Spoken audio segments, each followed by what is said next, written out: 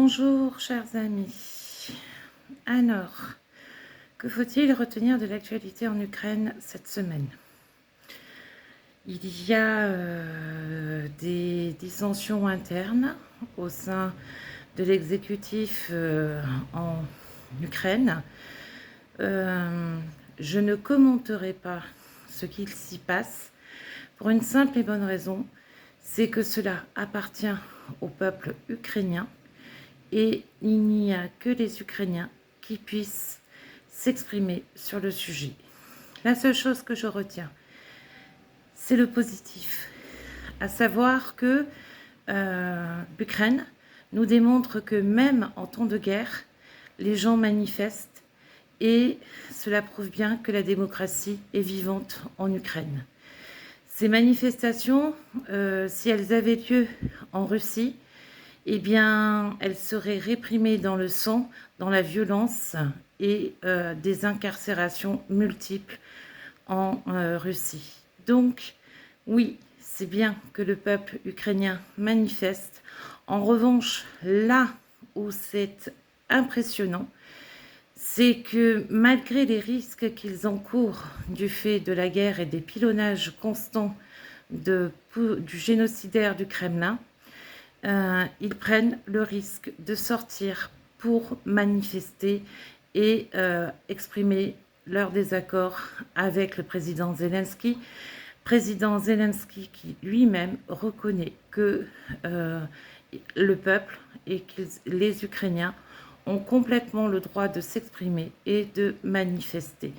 Cela prouve que la démocratie est bien présente en Ukraine. Et ça, c'est important de le souligner. Aujourd'hui, Moscou brûle. Effectivement, les Ukrainiens ont lancé des missiles à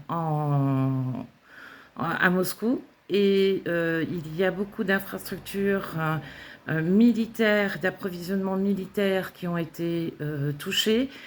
Il faut savoir que les sanctions à longue portée, comme le dit Zelensky, continuent tous les jours sur la Russie et que nous avons Maïdar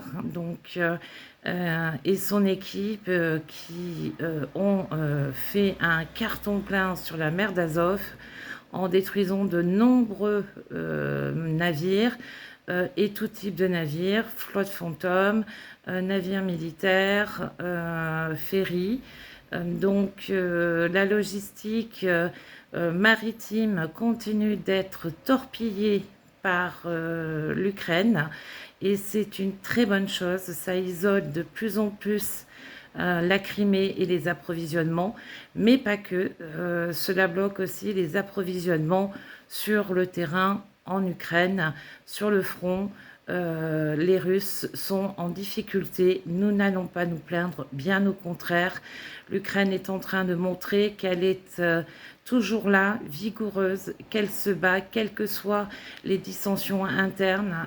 Le pays continue à se défendre et à attaquer la Russie en riposte de toutes les attaques que la Russie mène en Ukraine. Cette semaine encore, il y a eu des enfants, des civils qui sont décédés. La Russie aujourd'hui tape uniquement les infrastructures civiles, les bâtiments civils. Bien évidemment, il y a des accrochages sur le front et c'est normal. Cependant, l'armée ukrainienne tient bon et c'est aussi quelque chose d'important à signaler aujourd'hui. Je vous invite, pour avoir plus d'informations, à aller regarder la page Facebook Ukraine Actualité en français. Vous aurez plus de détails. Aujourd'hui, je voulais simplement faire une courte vidéo et montrer que des voix en Europe sont toujours là, prêtes à soutenir l'Ukraine. J'ai des correspondantes et correspondants en Ukraine qui ont beaucoup apprécié la présence des troupes ukrainiennes au 14 juillet. Ils ont vécu ça comme un véritable honneur Et la polémique qu'il y a eu autour est purement dégueulasse, car nous savons très bien qu'il n'y avait pas que l'Ukraine sur ce défilé. Ça a été une façon aussi de montrer que ce peuple est résilient et que la France soutient toujours l'Ukraine. Slava Ukraini, Heroyam Slava, Slava Nazi, Smerts Vor, Ukraini, Ponaduse.